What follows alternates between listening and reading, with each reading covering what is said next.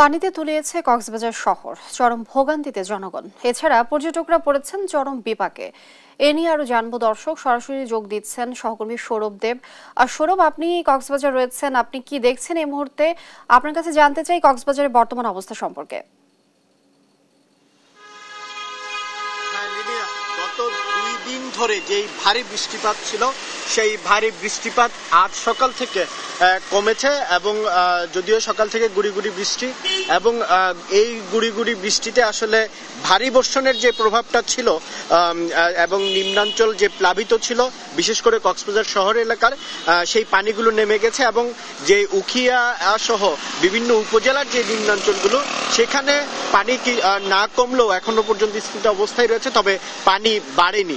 আর পর্যটকরা গতকাল এবং গত পরশুদিন ভারী বর্ষণের ফলে তারা তাদের যে আবাসিক হোটেল রুমের কক্ষ থেকে বেরোতে পারেননি।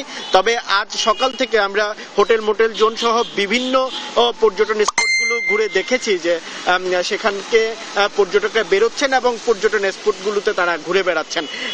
তো এই সার্বিক পরিস্থিতিতে এখন পর্যন্ত আমাদের হাতে 9 জনের মৃত্যুর খবর রয়েছে এবং প্রশাসনের পক্ষ থেকে যেটি বলা হচ্ছে যে পর্যটক সহ অন্যান্য যারা রয়েছেন সাধারণ মানুষ, তাদেরকে যেন এই ভারী বর্ষণে, বিশেষ করে যারা পাহাড়ে বসবাস করেন, তারা যেন নিরাপদে থাকেন। তো লিনিয়া, কক্সবাজার থেকে আমার কাছে এই ছিল সর্বশেষ।